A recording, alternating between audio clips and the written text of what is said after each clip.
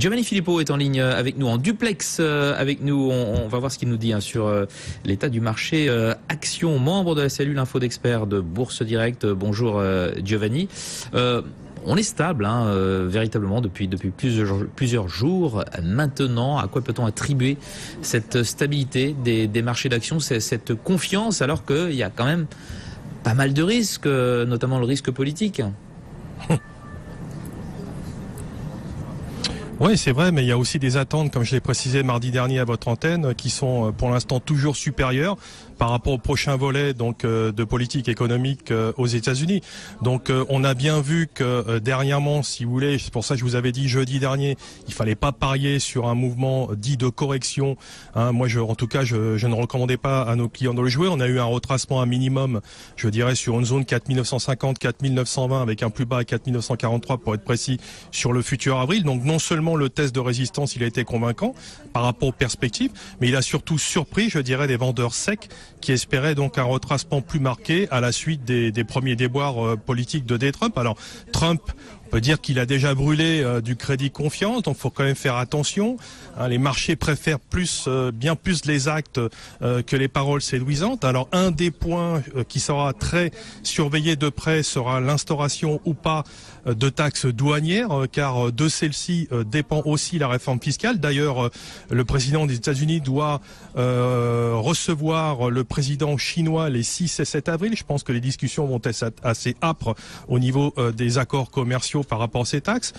Ce jeudi, Gary Cohn, le responsable du Conseil économique, doit également présenter l'ensemble des options possibles pour que le projet fiscal ne subisse pas un sort funeste, parce que là, ça serait plutôt dramatique en termes de tendance sur les marchés. Donc, c'est pourquoi l'ensemble de ces événements à venir, l'ensemble de ces négociations à venir, par rapport au niveau de marché, j'insiste, comme je l'ai fait ces derniers jours, je pense que les prix actuels sont propices aux allègements, si vous voulez, pour les stratégies courtes. Alors, je parle notamment de celles qui ont été initiées sur gap d'ouverture le 1er mars, puisqu'on a gagné 4,5% depuis le 1er mars. Donc, au plus près, pour les inconditionnels de la hausse, on peut toujours conserver au-dessus de 5027, puisqu'on a une cible dite de cible de réplique technique qui se situe à 5130. C'est vraiment la cible optimale. On s'en rapproche doucement, mais sûrement. Alors, ça signifie pas, si vous voulez, de ma part, la fin du mouvement haussier, mais juste une bonne gestion, je dirais, dans le temps, des problématiques à venir, d'autant plus que certaines indications techniques invitent à la prudence. Donc là, on a des gaps d'essoufflement sur pas mal d'indices européens, DAX, Eurostock, IBEX, MIB, CAC. On a eu un gap de rupture, gap de continuation et gap d'essoufflement. C'est plutôt synonyme, si vous voulez, de la fin du mouvement haussier à court terme. On a, comme je l'avais souligné, un potentiel haussier limité à moyen terme. On a une position ouverte très importante sur le contrat avril, plus de 360 000 contrats.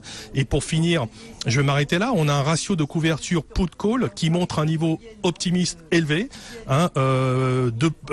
depuis, si vous voulez, novembre 2016. Mais en novembre 2016, on était quand même 500 points plus bas sur le CAC 40. Donc, c'est pour ça que nous conseillons à nos clients vraiment de réduire un petit peu la voilure, en tout cas pour les stratégies courtes. Sur le fond, ça remet rien en cause, même si on a un mouvement de consolidation plus marqué.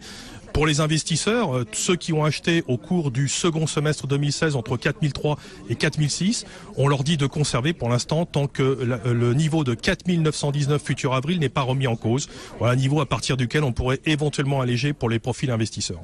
Voilà pour le CAC. Que dire de la paire euro-dollar qui est sous pression aujourd'hui? On l'a dit, autant en fin de semaine dernière, début de semaine même, on se rapprochait des indices. On était à plus de 1,09. Là, on prend le chemin inverse. On est sous les 1,08. 1,0722, certainement une pression accentuée par ces chiffres de l'inflation allemande inférieure aux attentes.